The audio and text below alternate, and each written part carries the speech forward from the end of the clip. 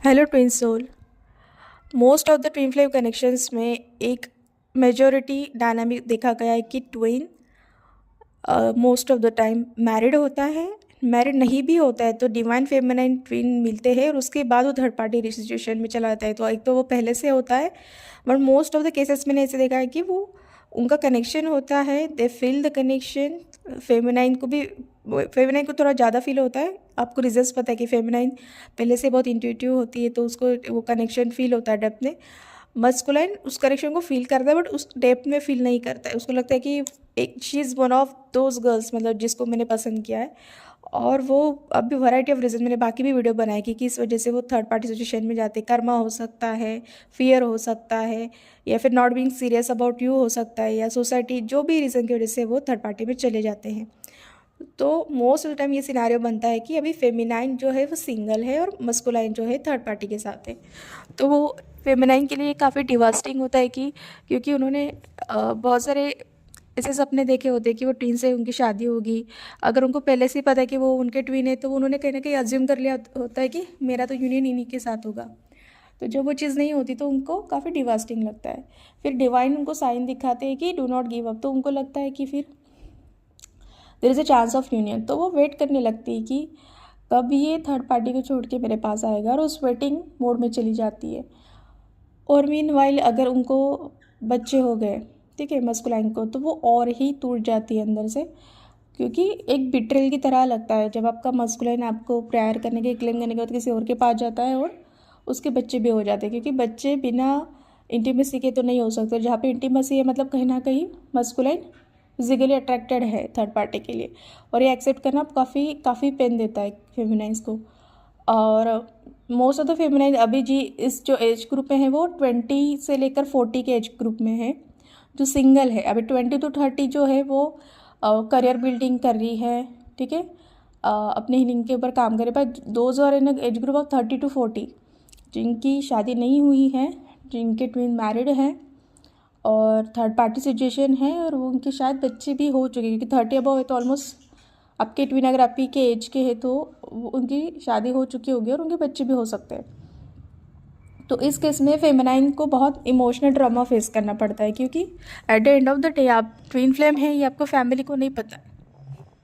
आप जो soul journey को फॉलो करते हो वो आपके फैमिली को नहीं पता है। उनके लिए आप एक 30+ फीमेल हो, या even in case of male, male के केस में भी हो सकता है कि आपका डिवाइन मस्कुलाइन जो फीमेल है, क्योंकि आपको पता है कि एनर्जीज रहती है, जेंडर स्पेसिफिक नहीं रहती है, तो वो मैरिड हो सकते हैं, आप सिंगल हो सकते हो। तो जितने भी डिवाइन फेमिनाइन है, I am not talking about women particularly, तो वो फेमिनाइन को घर से प्रेशर आता है कि they should get married.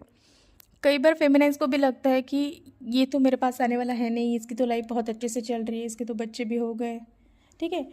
May be आपका मस्कुलिन बीच बीच में आपको ये भी बोलता होगा कि मुझे रिग्रेट हो रहा है, मैंने नहीं करना चाहिए था। He will come back, definitely will come back. जितने भी थर्ड पार्टी सिचुएशन है, 99.99 आपका मस्कुलाइन शादी के 6 महीने बाद, 1 महीने बाद, 10 दिन बाद वापस ज़रूर आएगा और ये ज़रूर बोलेगा कि मुझे रिग्रेट हो रहा है। या फिर ये बोल सकता है कि मैं खुश नहीं हूँ, बट ऐसा कोई भी आपको विजिबल साइन नहीं देगा जिससे आपको अश्योर हो जाए कि वो थर्ड पार्टी को छोड़ सकता है। पर इसके बाद भी एक चीज़ आती है कि अगर उसने थर्ड पार्टी को छोड़ भी दिया तो आपकी फैमिली एक्सेप्टेंस की, somebody is married with a kid, फिर वो बच्चे की कस्टडी के इश्यूज़, थर्ड पार्टी उस बच्चे का यूज़ करेगी उनको मैनिपुलेट या गिल्ट ट्रिपिंग करने के लिए। तो ये बहुत सारी कैलकुलेशंस फेमिनाइन के दिमाग में चलती है कि मुझे इस इंसान के लिए रुकना भी चाहिए या नहीं चाहिए। मेरे पेरेंट्स मेरे वजह से सफ़र हो रहा है, क्योंकि पेरेंट्स को भी आपकी एज अ मदर फादर चिंता हो सकती है, और they are the right at their place, क्योंकि वो स्पिरिचुअल जर्नी को नहीं समझ सकते। तो इस केस में फेमिनाइन को करना क्या चाहिए? तो पहली बात, पहले खुद से सवाल पूछिए कि क्या आप एक नए कनेक्शन के लिए रेडी हैं, और अगर आप उस कनेक्शन के लिए रेडी है तो पहले आपको खुद को सवाल करना है कि उस कनेक्शन में क्या आप इमोशनली इन्वॉल्व होने के लिए रेडी है। क्योंकि हो सकता है कि फैमिली के प्रेशर में आके आप शादी कर ले, या अपने ट्विन को रिवेंज लेने के लिए कि देखो तुमने किया तो मैं भी तुमको करके जलाऊंगी, या जो भी है रिवेंज में, उस सिचुएशन में मत कीजिए। क्योंकि वो अगर नहीं टिकेगा रिश्ता तो जो चीज़ मतलब अपने फैमिली के लिए आप करें तो वो और परेशान हो जाएगी, क्योंकि आपका रिश्ता तो उनको भी परेशानी होगी, ठीक है। और अगर आपका रिश्ता टूट गया तो आप सोचोगे मेरा तो टूट गया, लेकिन ये तो अभी भी अपने पार्टनर के साथ है, तो नुकसान मेरा ही हो गया। तो ये सारे कैलकुलेशन में पहले तो डिवाइन फेमिनिन है, फिर करना क्या चाहिए।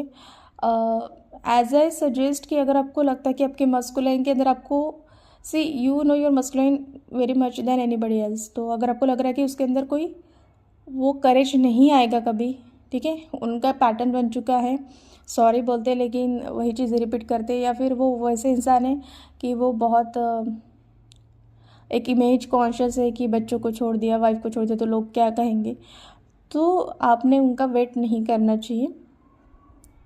आई नो ये कुछ फेमिनिस्ट सोचते कि मैं ठीक है नहीं हुआ तो चलेगा, मैं अकेली रह जाऊंगी।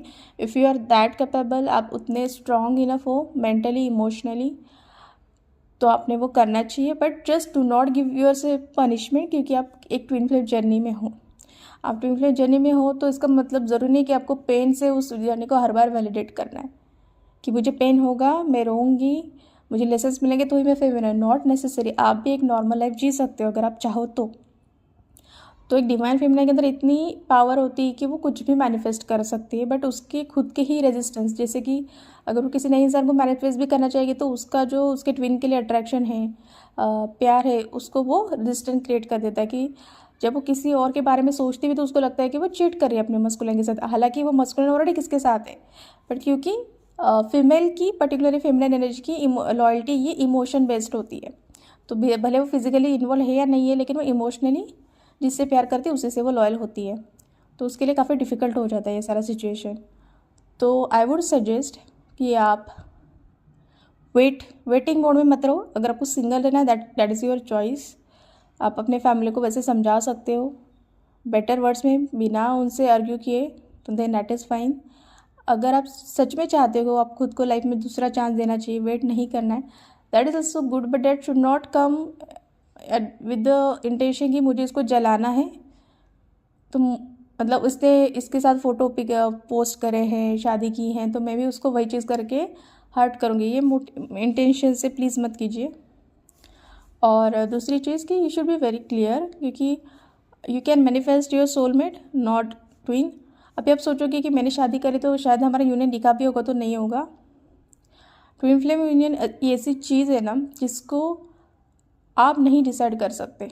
ऑब्वियसली वो आपके हाथ में है, लेकिन डिसाइडिंग आपके हाथ में नहीं। आपके हाथ में क्या है, हील करना, फ्री विल को स्मार्टली यूज़ करना, जो चीज़ें जिस तरीके से वर्कआउट होनी है वो उसी तरीके से होगी, ठीक है। आप ये मत सोचिए कि मैं शादी करूँगी तो फिर मेरा फिर से डिवोर्स तो नहीं हो जाएगा उसके साथ इन यूनियन के लिए।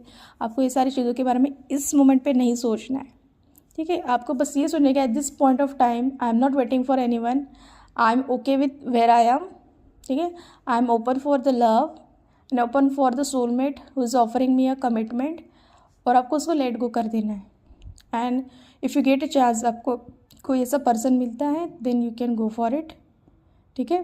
बट खुद को पनिश मत कीजिए just because of divine feminine है। सो आई होप मेरा मैसेज काफ़ी क्लियरली सबको पता चल चुका है कि मैंने क्या कहना चाहती हूँ, because I am one of those feminine who are in their 30s, single, unmarried, and I know what we face in Indian families कि किस तरीके से मेंटली टॉर्चर किया जाता है बाय द सोसाइटी। एंड आपका ट्विन जब कोई साइन नहीं दिखाता है कि वो छोड़ेगा, या फिर आपको खुद ही को ही लगता है कि आप क्यों चाहे ऐसा कि किसी के बच्चे हैं, इवन तो वो थर्ड पार्टी बहुत नेगेटिव पर्सन है, बट आप खुद नहीं चाहते कि आप उस चीज़ का रीज़न बने, तो कहीं ना कहीं ये होम ब्रेकर वाउंड है। होम ब्रेकर मतलब घर तोड़ने वाली औरत का जो वाउंड है, वो आपको उस चीज़ के लिए गिल्ट देता है कि ये नहीं करना है, तो इससे इस वजह से भी आप कई बार बैकआउट कर जाते हो।